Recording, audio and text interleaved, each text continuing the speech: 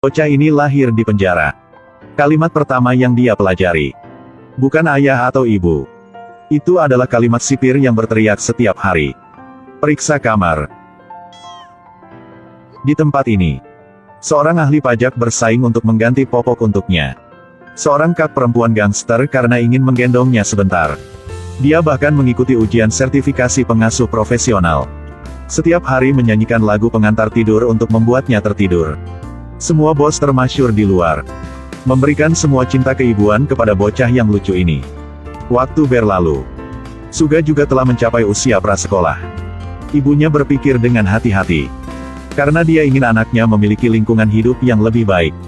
Jadi dia menemukan ibunya yang telah lama tidak kontak. Ibunya dengan pakaian elegan duduk di depan pintu kaca. Apakah ia benar-benar putra Goro? Tapi aku tidak memberitahunya. Wakai menginstruksikan ibunya dengan hati-hati. Tidak boleh memberitahu Goro tentang keberadaan anak itu. Setelah dia mendapat janji dari ibunya, Wakai baru bisa menjadi tenang dan menghela nafas lega. Suga berjalan selangkah demi selangkah kecil. Ikuti ibunya keluar pintu utama penjara. Melihat anak meneteskan air mata. Hati Wakai sakit seperti tertusuk pisau. Tetapi hanya bisa tanpa ampun mendorong putranya pergi. Lihat bocah itu perlahan melangkah keluar ke dunia luar. Tapi tepat pada saat sekarang, ibu ini tiba-tiba menatapnya dengan rasa bersalah. Kemudian sepasang kaki melangkah keluar dari mobil mewah. Ia adalah ayah Suga. Dia dengan bangga melirik ke arah Wakai. Kemudian dia tidak repot-repot menoleh, tetapi memeluk Suga dan pergi. Wakai dan sesama narapidana tercengang. Tapi tidak peduli berapa banyak dia menangis dan menyesalinya. Sekarang tidak berguna lagi. Melihat Wakai sedih dan melankolis hari demi hari, narapidananya memutuskan untuk membalas Goro. Tidak hanya ingin merebut kembali Suga, tetapi juga harus mengembalikan kemurnian untuk Wakai. Dia awalnya adalah satu-satunya gadis seorang Taipan. Mantan pacarnya bernama Goro adalah penggemar status. Dia menggunakan segala cara untuk mengelabui Wakai yang naif. Tapi di malam sebelum nikah, seorang gadis berlari ke tempat untuk menemukan mereka. Wakai menangis kesakitan sepanjang malam. Kemudian mendengar berita bahwa gadis itu dibunuh. Pembunuhnya mengaku ke polisi. Wakai adalah orang di belakang untuk menghasutnya. Pada akhirnya, Wakai dijatuhi hukuman 12 tahun penjara. Dia disebut putri badut pembunuh oleh netizens. Goro mengambil alih perusahaan keluarganya. 3 bulan kemudian dia menikah dengan superstar lainnya. Sejak itu, dia mencapai puncak hidupnya. Bahkan sekarang dia merampok putra Wakai. Bagaimana rasa sakit ini bisa ditelan? Ini adalah kelompok penculik paling bodoh yang pernah saya temui. Baru saja muncul telah membutakan mata yang melihatnya. Mereka mengenakan pakaian superhero dinosaurus. Apalagi, lakukan gerakan yang familiar. Suga setelah melihat itu, matanya tiba-tiba menyala. Pesona idola tak tertahankan. Bocah itu menyelinap melihat ibu tirinya. Lalu goyangkan pantat kecil itu dan ikut mereka. Tapi orang yang menculik bocah itu bukan orang lain. Dia adalah ibu kandung dari anak laki-laki di penjara. Sang putri di penjara. Hari ini memerintahkan 4 jenderalnya yang kuat.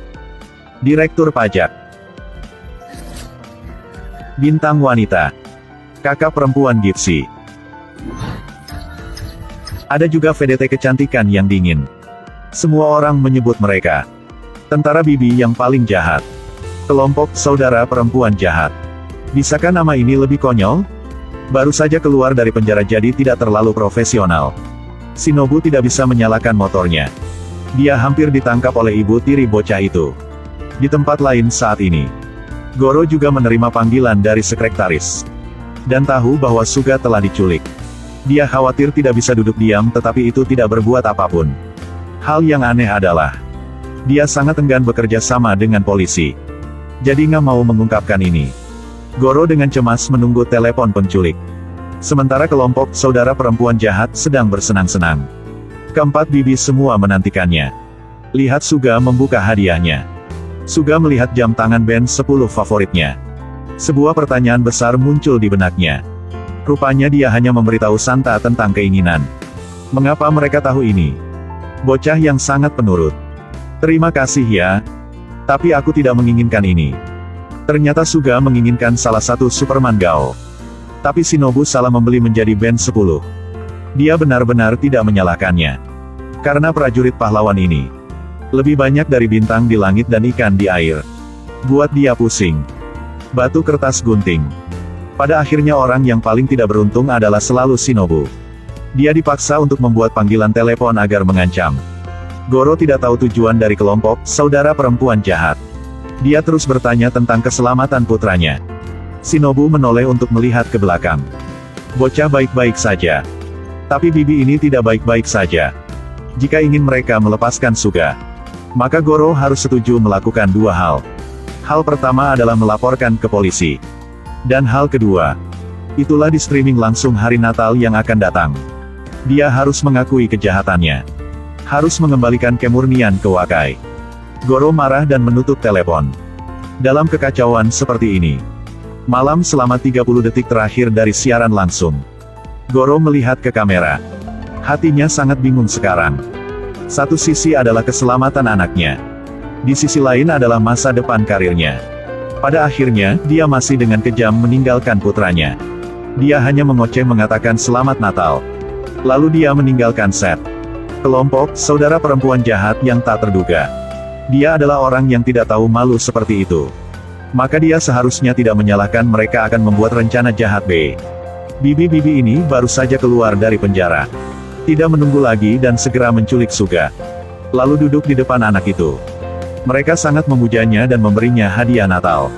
Suga pernah adalah harta karun seluruh penjara. Demi menyelamatkan ibu Suga keluar dari penjara. Karena ingin ibu dan anak mereka untuk dipertemukan kembali. Mereka memutuskan untuk pergi dengan rencana yang lebih kejam B. Yang pertama adalah memancing ular keluar dari gua. Jadi Goro menerima panggilan tebusan. Jumlah uang yang sangat besar. Bahkan jika itu dia tidak akan bisa mendapatkan sebanyak ini dalam waktu sesingkat itu. Saat dia kesulitan berpikir. Pada titik ini, Yoko muncul. Hanya melihatnya memegang sekantong besar uang untuk menemukan Goro. Dia juga mengatakan ingin bertemu langsung untuk membahas investasi. Dan dia tidak sabar seperti semut yang merangkak dalam kuali api.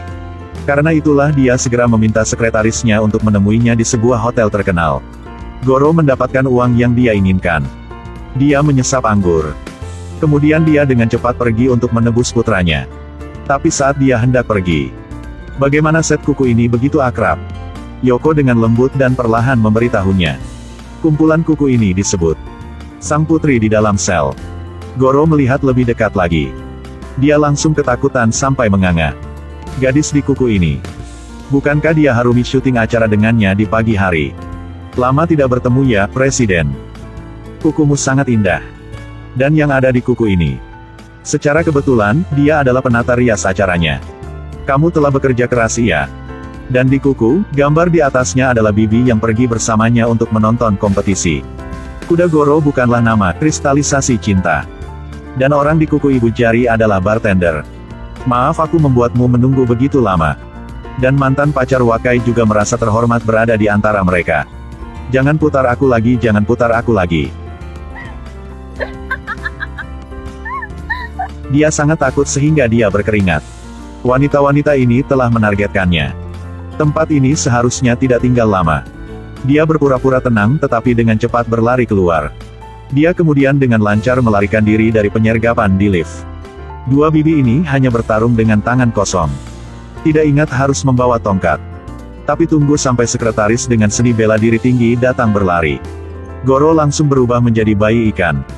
Dia bersembunyi di belakang sekretaris. Akibatnya, menggunakan nunchaku untuk memukul ke bawah. Ayo ikat dia. Iya. Ternyata yang menyembunyikan yang terbaik adalah Akemi.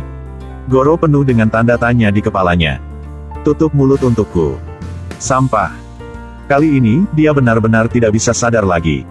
Ketika dia bangun lagi, dia menemukan dirinya terikat di kursi. Terlebih lagi, dia dipaksa untuk cosplay sebagai Santa Claus. Yang tak terduga adalah putranya di sini untuk bersenang-senang. Ia bahkan dengan senang hati berlarian bermain. Bocah ini menatapnya selama setengah hari dan masih tidak mengenali dialah ayah kandungnya. Jadi tidak peduli Santa tidak membawa hadiah ini lagi. Maka berlari keluar. Goro bahkan tidak bisa menangis sekarang lagi.